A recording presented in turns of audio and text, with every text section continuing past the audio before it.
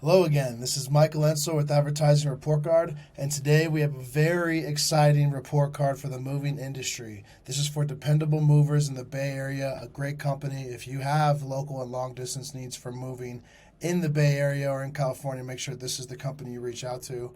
Wanted to jump in and talk about what they're doing, what their competitors are doing. This is a very important report card because there is a sheer amount of competitors in the very specific Bay and San Francisco area that we're going to be tackling, talking about additional regions that we can focus on, and then also going through every single channel from PPC, SEO, social ads.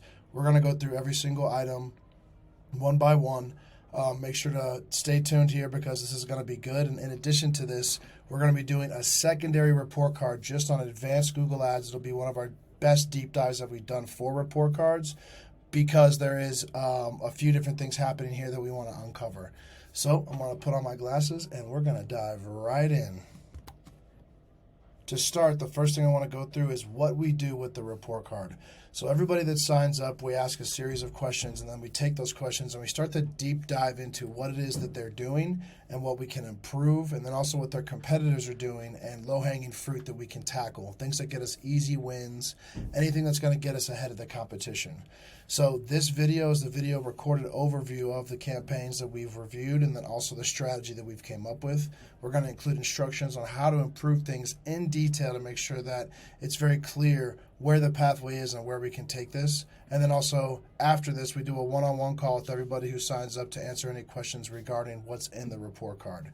From there, any guidance that's needed is always included, and that's for the lifetime. Basically, advice is free. It's the work that costs money.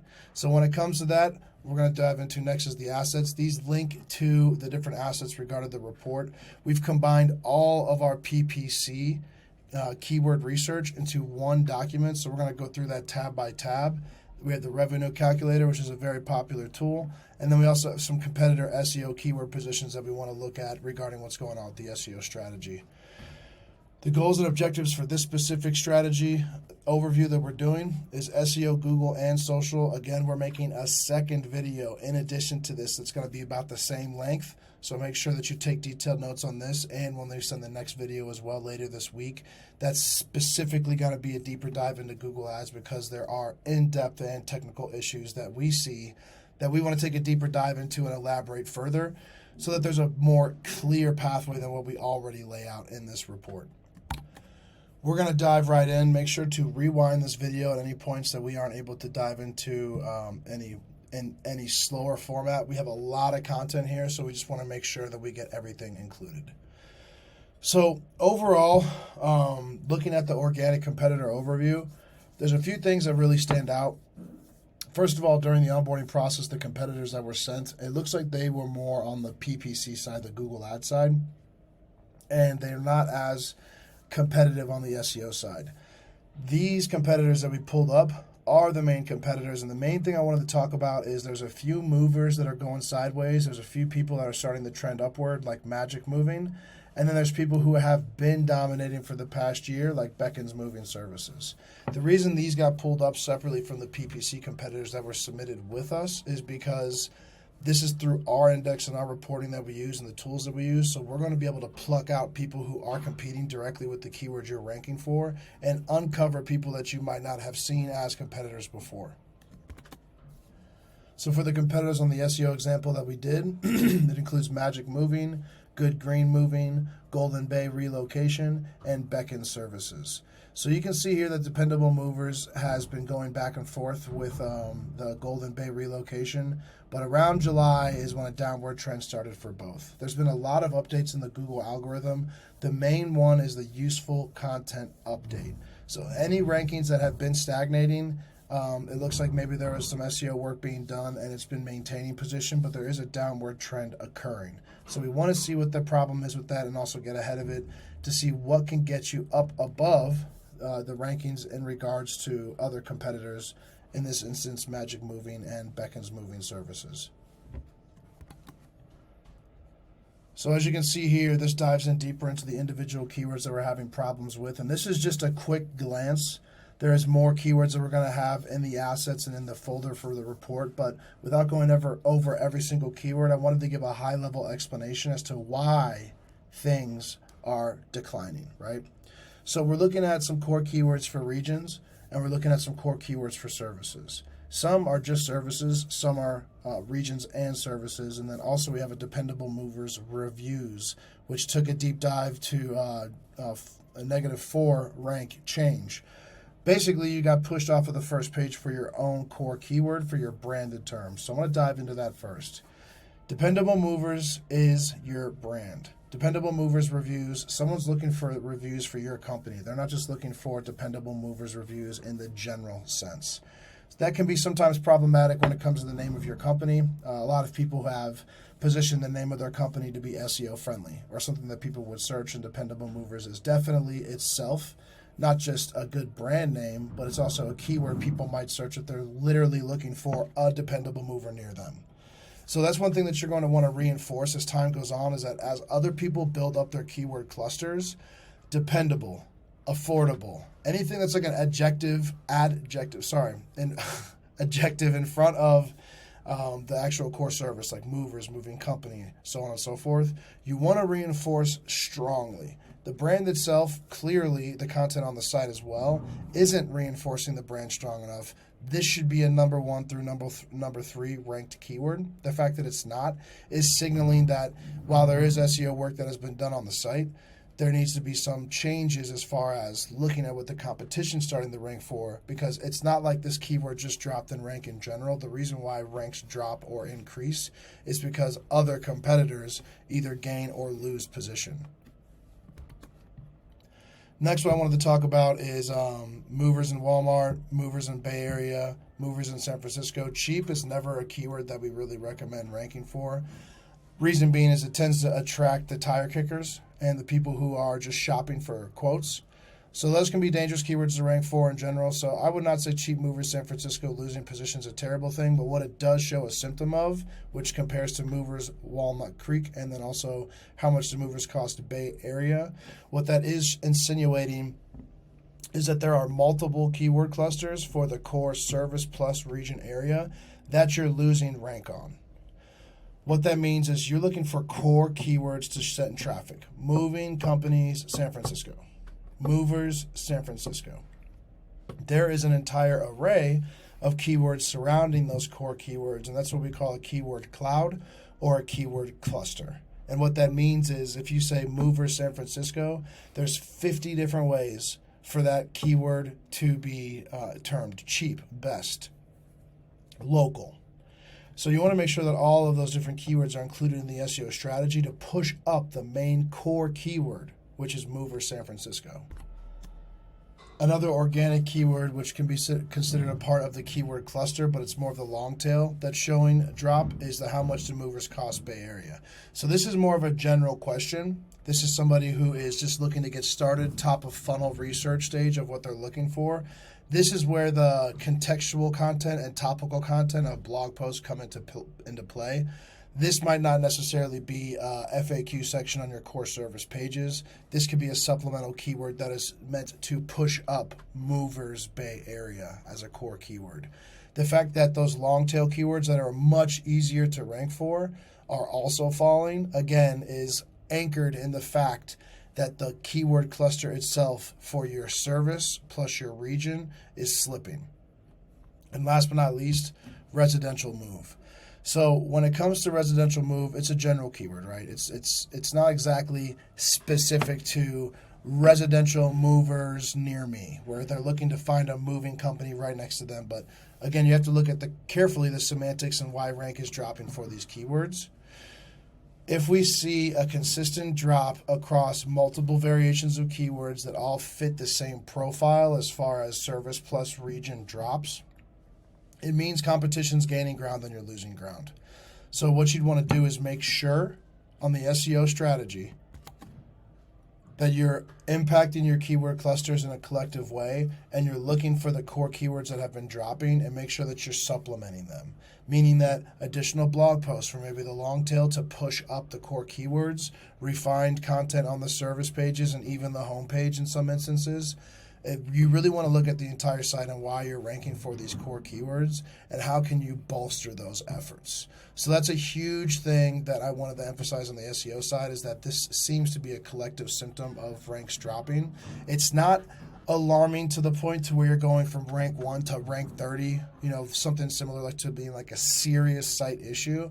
It just seems to be, from these reports that we pulled, the objective data is pointing towards more SEO strategy from your competitors, and also potentially some aspects of your current SEO strategy stagnating. Not failing, you're losing keyword ranking. I guess you can consider that a failure, right? But at the end of the day, we've seen a lot worse negative situations happen.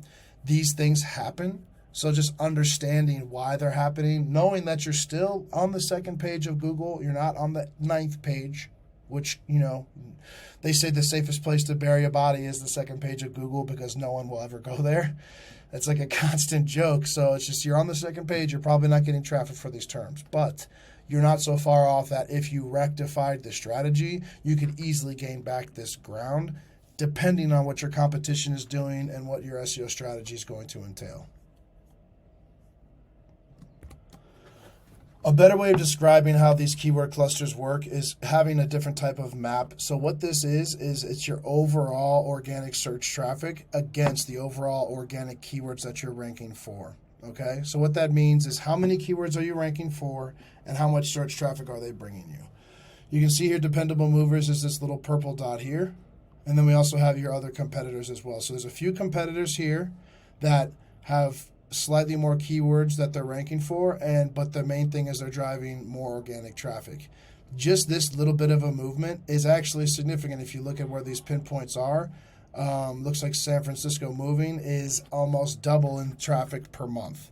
And you can also see here In and Out Movers, they are looking to be like anywhere between 20 and 50% more, even though they're ranking for less organic keywords. Now, I described what the benefit of the keyword cluster is. If you look at J Moves as an example, J Moves has a big keyword cluster of keywords they're ranking for, but the core keywords he is ranking for are driving the most traffic. While some of these keyword clusters, they might be irrelevant keywords that are like, how do I pack my bags before moving, and things like that, where a lot of moving companies that we see, their SEO companies are coming up with like these helpful blog post strategies where people who are looking for DIY content, do-it-yourself content, or people who are looking for advice and tips about the moving process. While those types of topics can definitely create expanded keyword pools, they can also create dilution of your core keywords, because how do I pack my bag before moving is a really popular type of search, but it doesn't lean towards hiring a moving company. It leans towards do-it-yourself content. So Google's ranking these keywords, but they're not driving more organic search traffic to the moving company website. So that's one thing you want to also be careful about, is being conservative with your keyword cloud and keyword pool so that you're using long tail keywords, but all those long tail keywords that you're using to supplement your core keywords like moving companies, San Francisco, you want to make sure it's like local moving companies, San Francisco, best using reviews at the end, things of that nature that you are slipping for currently, and maybe leaning off of the topical stuff that's more general, more for the people who are looking to do things themselves, and any other content that might not be directly related to someone booking with you to help you with your move. To give a more specific and very easy to understand example, movers near me. This is a huge converting term for a lot of our campaigns. Best movers near me, top movers near me, local movers near me, best movers near me reviews. These are all four also very popular search terms. Specifically, local movers near me produces a decent amount of conversions by itself, even though it's a longer term search keyword that provides less overall traffic than movers near me. Movers near me is going to be more strongly propped up by these core long tail keywords, and you can always expand. You can always add reviews at the end. You can always add something different at the end or at the beginning to swap out these variables. Literally using a thesaurus on the word best will show you all of the different things that you can include, but then you want to relay that against a keyword tracking tool to see what the volume of keyword is going to be for that. But this is the idea behind structuring your keyword clouds when it comes to the content that you are creating for the site. So use this guidance with your SEO person if you are looking to try to figure out how to regain the ground lost because of the keywords that are not showing up for anymore. Another big thing I wanted to talk about is why does a site lose ranking even if the SEO is good? So let's say your SEO is strong, because it's not bad. Like I said, this is the situation where we try to always be as objective as possible. For us to just knock an SEO strategy because we see things that are bad and not to complement the good would make us subjective, and we try to be as objective as possible. Main thing I wanted to point out is that SEO people, they're not responsible typically for the website. They're responsible for aspects of the website. As an example, external link being broken should be caught by the SEO. H1 tags should be caught by SEO. Too much text with title tags, have low text HTML ratio. Again, very relevant for the SEO.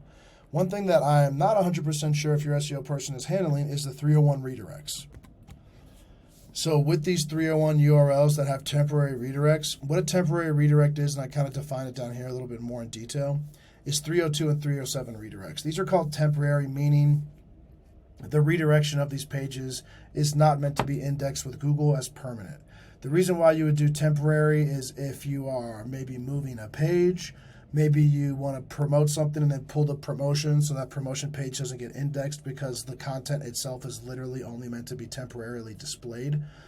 More often than not, though, when you have a lot of pages that have issues, like for instance, this is a 301 URLs, not to be confused with a 301 redirect. That's actually 301 URLs, which is pages, indexed pages, media files, etc.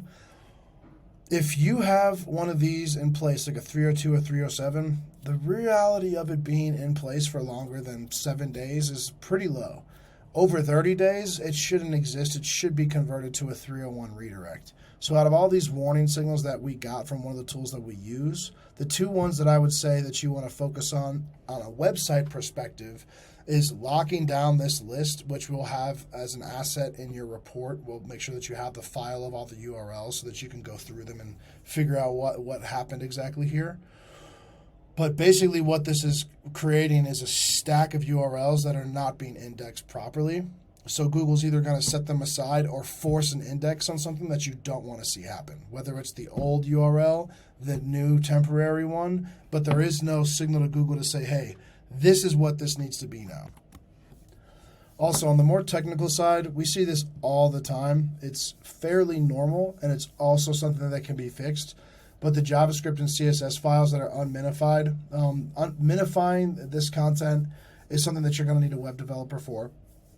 It's not something an SEO person is going to do. You're going to want to talk to your web developer and isolate what the JavaScript and CSS files are. It could be from a plugin. It could be from a feature set on the site. It could be from the contact forms. The problem with minification done without a developer is if you just like slap a minification plugin on a site, when you minify JavaScript or CSS in the wrong way, it can break the JavaScript or the CSS. Most websites lean on this code to make sure that certain things are displayed properly, colored properly, laid out properly. Minifying CSS in a way that could destroy the styling sheet could make the site break. So you want to make sure that when you look at this problem and how to fix it, not only is the benefit going to be a faster website, but it's going to be able to get indexed better, because otherwise these errors are seen as problematic for the user when trying to load the site, which you can get kind of smacked for ranking. Site speed in itself is the best way to generalize, okay, what can we do to improve things? What are the problems that we're having? Another major thing to consider with page speed insights on desktop is when most people who are working on the site or checking out their own site, they're hopping on desktop. Unless you're a real savvy mobile user, you're not doing your actual core office work, your core technical work on a phone. You're using a desktop, which is common as to why some people overlook some of the issues. You can see here we're at an 81. We try to keep all of our desktop above 90 because you can see here the first time to interact with the site at all is 2.6 seconds in. They say that bounce rates usually start increasing around 3 seconds. So you have a 0.4 second window right here to keep bounce rates low. Now, the above fold section of this site's very clean, very clear as to what needs to get done. It's to fill out this form or to make a phone call in the top right. Mobile, on the other hand, is very low. This is very low, and it's an issue. So you're going to want to figure out what's wrong with the mobile. Also, as you can see here, the mobile load default, the phone number looks broken on the header. You have a even this is so slow that the page speed insight on the actual tool from Google just broke. So let me run that back real fast. So I have this pulled up right now, but yeah, if your performance, it takes so long for us to pull a report that it actually breaks the tool itself, is usually not a good sign. So you want to look into this. This is going to hurt your SEO ranking. So I wanted to really emphasize that some of these items need to get looked at. The mobile website layout is going to hurt your conversions. People have to scroll down and see, get a free what. So you have to scroll down. There's a lot of space here in the mobile real estate that you're going to want to optimize towards mobile. So when people load your site, it's immediately like, get all these benefits, call us now, or fill out this form without them having to scroll at all. It's a fine art making sure that your mobile site's optimized to go along with your desktop, but it's extremely necessary. It's been necessary for years, but in 2023, mobile usage is only going to go up. So make sure to get this fixed. I would consider this one of your highest priorities from the SEO and the website and the conversion rate optimization standpoint. So you're going to want to get this taken care of. We're about 20 minutes in. How about we jump into some of these Google Ads reports that we have? Knowing that this is just the intro report, we're going to be doing a deeper dive as mentioned at the beginning of this video. So this is going to be an overview. We're going to go over what we see as problems. We're going to go over what we see as solutions, what your competitors are doing, and then also make some suggestions as far as like core structure of the campaign goes with the ads. And then after that, on the secondary video that we do, we're going to take things about 10 steps deeper, as if we were already managing the account and pulling it apart from the inside. So what I wanted to point out first is that these metrics are a partial pull. So you can see here monthly PPC clicks, the budget. These things are not 100% accurate, so disregard this. We're going after way more keywords. There's way more clicks, and there's more budget being spent. But this is a reflection of what's been happening in the overall trend for PPC clicks. And you can see here that we were a much higher about half a year ago, but there's been a downward trend. What is this downward trend about? Well, there was a discussion about there being potentially two different ad accounts, one with access, one without. There's some definitely murky details about what's being targeted, what's being not, what's optimized for the campaign. The major thing that we want to figure out is, why are you getting recruiting leads through your PPC? What's being eliminated? What's being prevented? So I wanted to start with the competitor bids, with the competitors that were submitted with the onboarding. This is a 2-year scan of the competitors. And what we can see here is Northstar used to be a much bigger PPC player.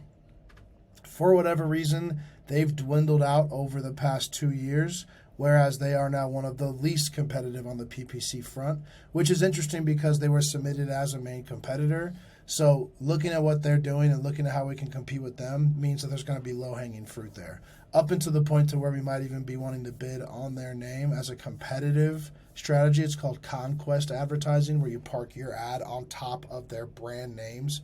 You're literally bidding on Northstar Moving and putting your ad on top of it. So that's an option that we could look at, depending on if they are bidding on their own name still because of all the keywords that they cut. You can also see here that Got to Move has started slow 2 years ago and has forever been increasing slightly over time. And you can see that the upward trajectory means that not only are they gaining, but most people don't actually start bidding on additional keywords until they see success. The fact that they're adding these slowly over time means that they're scaling. They're scaling service plus region, service type, types of keywords. So service type is like moving, moving packing, moving and storage, short distance moving, long distance moving, residential moving, commercial moving. You start to pile in all those variations over time. You can either spike up like Northstar did, which one thing I wanted to mention too is that this growth pattern is strong. We want to see this because you want to prove success in your core keywords. generate that revenue, and then continue to add strategy over time so that you're generating more revenue through what you add. I would be very, very much confident in estimating that out of the gate, North Star Moving brought on a company to help them, and that company just said, okay, you have a lot of budget. We're going to just spend as much budget as we can to generate you traffic. Traffic does not mean results, and results don't mean revenue. Getting a lead doesn't mean that they signed the estimate and then had you do the move either. So what it looks like here to me is that North Star Moving had a bunch of budget, wanted to be competitive, and blew their budget to the point to where they're constantly whittling away. And now they must have, in my opinion, lost confidence in the channel. That's why they're not being as competitive. Got to Move did the opposite, and this is what we'd want to see from Dependable. You can see Dependable's on a similar growth path, but it's been deflecting over the past couple months, downward. And you can see as well, Move Central, downward, but they're starting to bounce back. These are just the competitors from what was pulled up from the onboarding form. These were submitted with the onboarding form. In addition to finding the competitors submitted, we always look at what we can find in our tools. So we wanted to add in a few different competitors here as well. You can see Route 66 Moving did a similar move as North Star Moving, but they did not shut the lights off. Looks like they might have gotten a grasp because they started trending up within the past couple months. So what you can see here is that Got to Move is continuing that healthy trend upward, and now they are bidding and competing on more keywords than these additionals that we found. And we've also found that a few others have grown, kind of stagnating, but still out-competing Dependable. So with the people you've submitted and then also people around you that are bidding on your keywords, as a whole, Dependable's on the lower end. So what that means is the keywords that are being gone after, there's something going on here. Why aren't we scaling?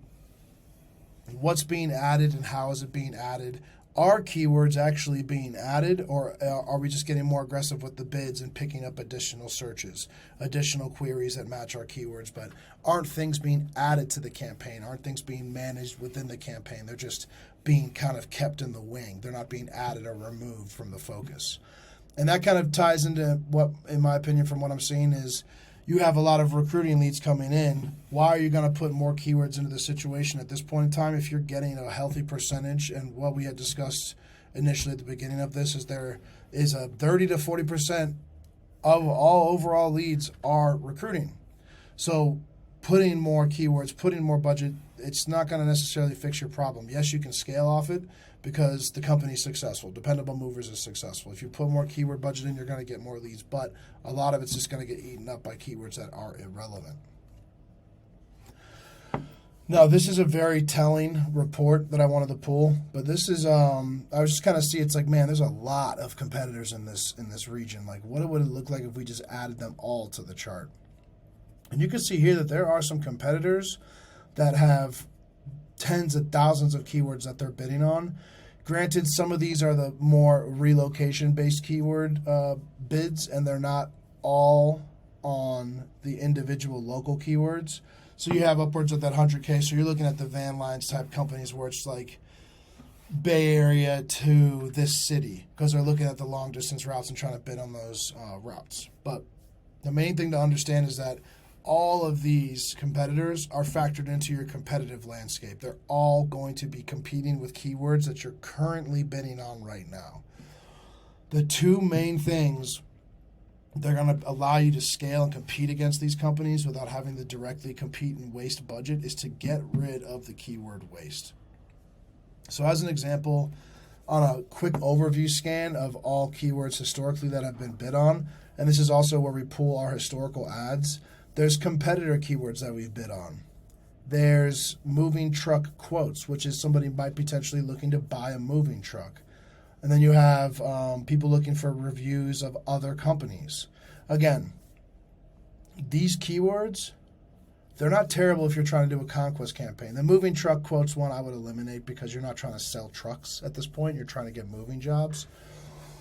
But if you haven't dialed in the campaign enough to prevent spending on competitor terms, it's not being optimized from the search term report. And it's a huge signal for any campaign in any industry we look at, is if competitors are being filtered into clicks and you're actually spending money on these people's keywords If your goal isn't to conquest them, you need to be eliminating them from your core keywords and then building a competitor campaign and put all of your competitors, and we recommend separating each competitor into its own ad group so you can adjust its bid. That way, you're not going to be wasting so much money on these competitive keywords. These are waste. San Francisco to LA movers, moving from Los Angeles to Miami. Examples of short distance and long distance.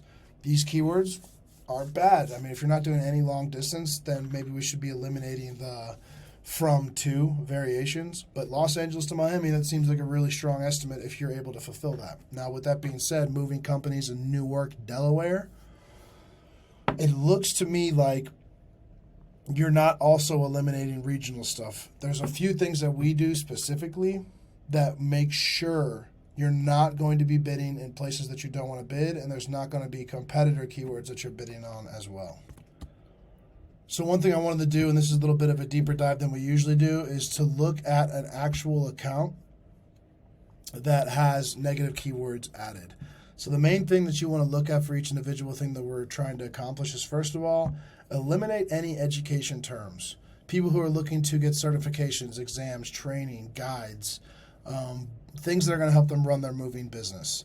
This is not beneficial to a company that's trying to generate more leads. So that's a huge thing that you want to look at. In addition, we have a strong recruiting strategy. People who are looking for jobs, people who are looking for recruiters, people who are looking for applications, people who are looking for anything in related that's going to generate you a recruiting lead. We know that this happens. There's people who are looking for jobs. The problem with that is you can't have these prospects, whether you're looking to hire or not, eat your ad budget. You have to have a strong anti-recruiting policy in place for your PPC campaigns to prevent your core service clicks going to people who are looking for the best moving companies near me so that they can apply to them. So there's a lot of ways that we can exclude that. Jobs, job-seeking management, placement, position, recruiters. This is, again, a kind of a sneak peek into one of our many strategies when it comes to how we manage our negative keywords. But in addition to that, regions. If we are not looking to, on our local campaign, show up for cities on the other side of the world, we eliminate them and their variations, especially when they are irrelevant to the campaign. Okay, so there are some variations that you don't want to eliminate, like the abbreviation for Colorado is CO. What if someone's looking for best moving co near me because they shorthanded it with their thumbs because they're looking on a mobile? You don't want to eliminate that, right? There's some things that you don't want to eliminate. While in the other end, there are absolutely things you want to eliminate. For instance, the keyword that we found through your report, Delaware, we don't want to show up for Delaware. We don't want to show up for versions of Delaware. So this is really important to be in place, and right now it appears that there is nothing like this in place preventing from budget spend waste to occur.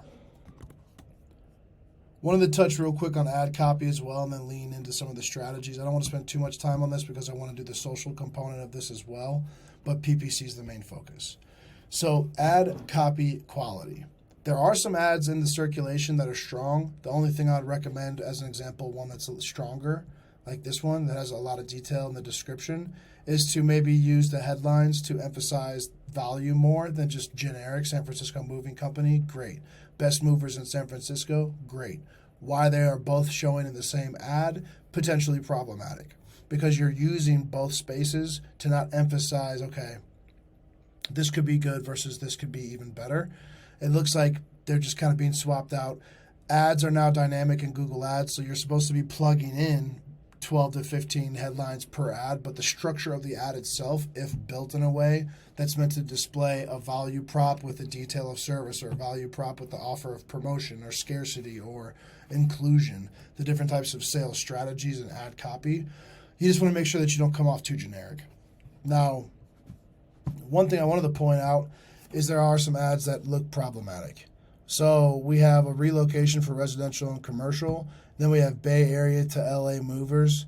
It's kind of like, okay, so people who are looking to move from Bay Area to LA, it's like, okay, I guess that kind of makes sense. Also, affordable. Avoid affordable. Avoid cheap. You're going to net people that are going to be quoting from 5 different companies, looking for moving calculators and effectively kicking tires. They're always going to produce a lower average estimate amount, which means a lower average revenue per move. Can be problematic unless you have infinite trucks and infinite employees. If you find yourself dominating the luxury area 100% and you want to lean into the less luxurious, you can move into this, but I don't recommend heading up your strategy like this. I would definitely recommend removing and changing this copy, extending the description. One thing here that does look good is the add extensions here for the pages, but why would you use About Us here? No one's looking for About Us when they're looking for a quote. When they get to your page, if they want to read about you, they will, but in majority, people are looking for price, they're looking for value, they're looking for quality, they're looking for a guarantee that when they move, their stuff arrives not broken. Emphasize what people's pain points are in the ads and solve that problem in a single glance. That way, when people see your ad, you're going to get that click-through. It's going to increase your click-through rate, which is a very important metric for quality score on Google. But in addition to that, people who click that are expecting to see that on the landing page. And if it is, and if you solve their problems that they're thinking of in their head already based off of what they searched, you're going to net that lead, you're going to net that estimate, and most likely you're going to net that job because you are the most direct speaking to what people's issues are. Get a free estimate. Perfect. Contact us now. Perfect. Our services. Why not moving services? Why not hit on that keyword a little bit more harder? I feel like there's just a missed opportunity here as well. And not to say, again, that this is terrible. You have site links on your ad extensions, so something is there.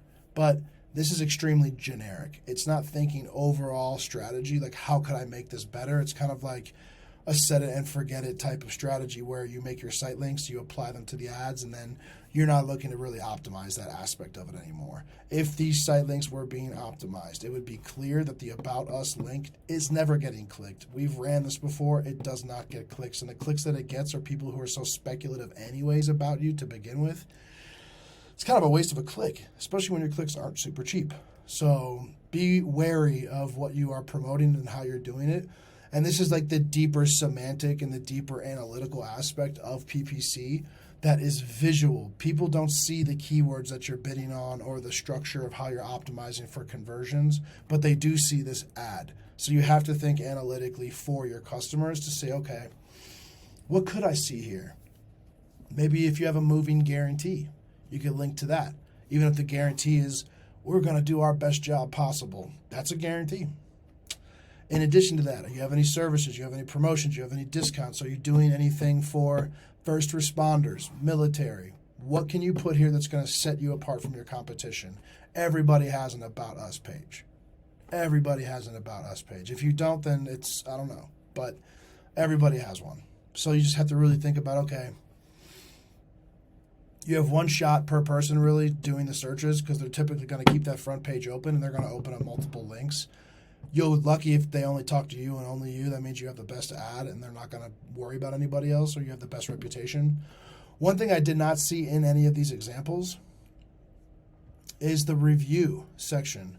Where's the reviews in the ad? Where's the review ad extension? Where are we validating people within our ad placement that you guys are top rated? In addition, we have the call extension here, not the call extension here. So I wanted to dive into that strategy next. Let's keep moving. I don't want to hammer too much on one aspect of it because you really can't open Pandora's box on some of these things.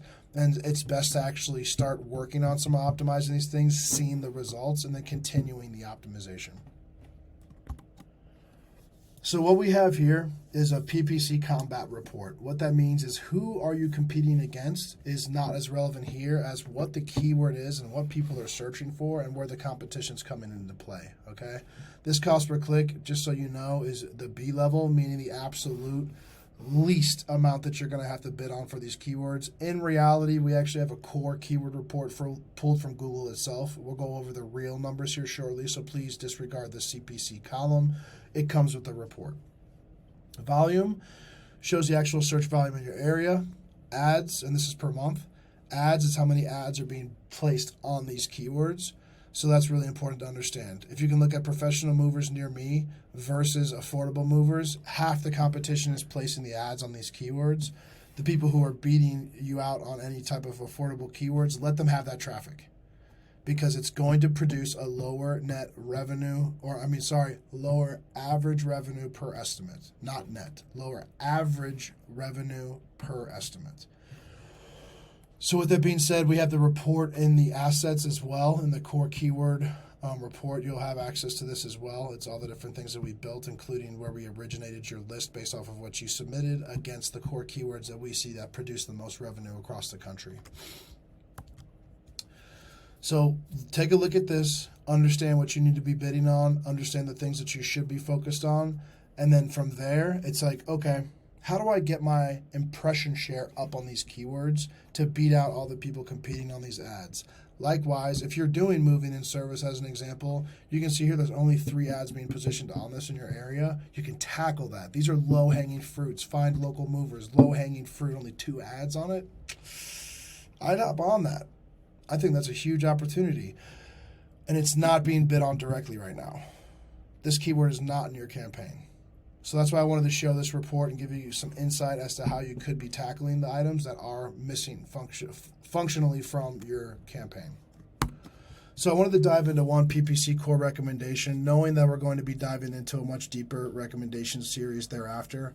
The one thing I did not see in the campaign at all, which I think will really benefit the company as far as generating leads, as long as you have an inbound call system where if you get a phone call to your business, you're able to process that into a sale by doing an estimate right then and there and hopefully closing them over the phone. If not, you can still generate that lead over the phone, plug them in the system, send them the estimate, and then fight for that business thereafter with your CRM to sending the follow-ups and then having your sales team follow up as well.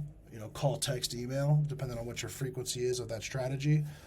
But the main thing is I wanted to point out is that you need to circulate some of these call-only ads. We have great success with these. They trigger a lot more calls from the ad extension as long as the ad itself is showing the number. The main thing is that on the phone, what we can do is instead of sending people to your website, convert them into a lead immediately after searching. That means they plug something into Google, they get their results in 1.2 seconds or however fast Google spits out the results.